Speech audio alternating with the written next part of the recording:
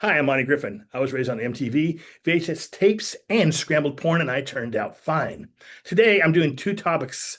Eric will be back next week. I am doing the anniversary of Married with Children on April 5th, 1987. And I'm also talking to the Beatles. That's right, the Red and Blue albums came out on April 2nd, 1973. And there'll be a little twist.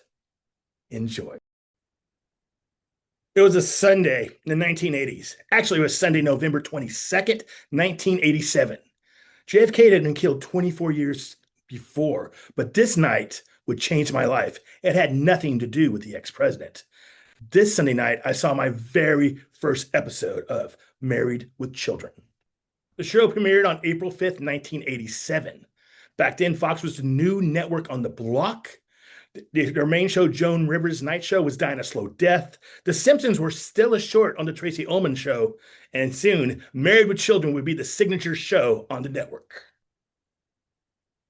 On this fateful Sunday evening, my brother Joseph and I were watching TV.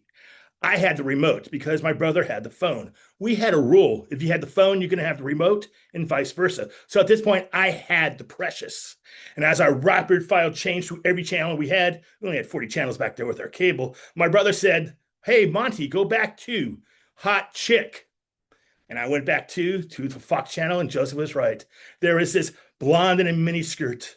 I had no clue who she was. I didn't know that she would be my TV crush girlfriend for the next 10 years. We stumbled upon Married with Children. Yes, the hot girl made me go back, but the funny script, the acting, the comedy made me stay, and I would go back each week to watch it. This episode was called How Do You Spell Revenge? Kelly had a boyfriend, and they were going to get tattoos of each other's name on the body.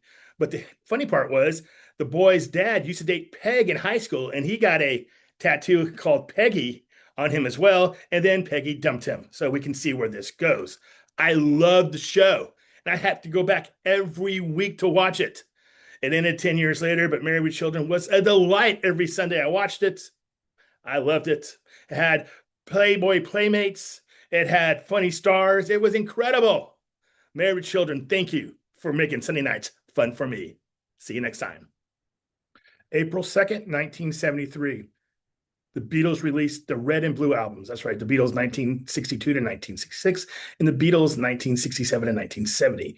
As a kid who grew up in the 70s, I'm sure everyone's parents had one of those two albums. That was my first time to bond with the Beatles, to listen to the albums. This is the Yellow Submarine, Love Me Do. I love those albums. And when John Lennon died, I bought 1967 to 70. And imagine my shock of the boys in the rock and roll music all of a sudden had gone to this psychedelic music. You have I Am the Walrus. You have Lucy in the Sky with Diamonds. They were having fun and doing some things that I would find out they would be doing later. Oh, well. But you know the story behind these albums? Why were they released? And who got screwed out of it the most? Not a Beatle, but the person who actually did get screwed. I will talk about it right now. The year was 1972. Three of the Beatles, John, George, and Ringo, were all together. They were not talking to Paul because it had split over management. The other three Beatles were with Alan Klein, and Paul was getting managed by his in-laws, the Eastmans.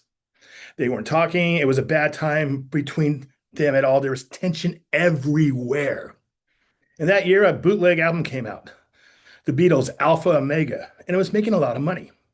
So Alan Klein decided the Beatles needed their own authorized version of that album. Hence, the two album set, the Beatles 1962 through 66 and the Beatles 1967 to 70, known as the first one is the Red Album and the second one is the Blue Album by their covers.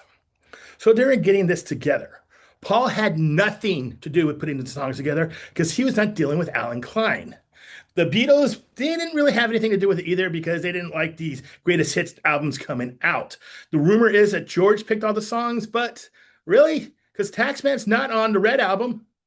So if he's picking them, why wouldn't that Taxman be on the Red Album? Which, by the way, it should. But you have two double albums of the music in this time. This is how I first got to listen to the Beatles, were listening to these two albums. You got to watch them evolve from 1962 to 1970. Also in 1972, something else was going on. The Beatles and Alan Klein were not working out as well. The three Beatles who were with Alan Klein were starting to have problems with him, John especially. George was mad at Alan Klein for the whole Bangladesh mess up, but that's a story for another day. And Ringo would do what the other two would do. So the 3-year contract ended in 1972. So they were renewing it by 3-month increments. And then by the end of 1972, it's by monthly increments as well. So what happened was Alan Klein was putting this album together and it was going to be released by the end of March. But something else happened at the end of March. That's when John, George, and Ringo broke away from Alan Klein and they all decided to go their separate ways. This ended on March 31st. The Red and Blue albums were released on April 2nd, 2 days later.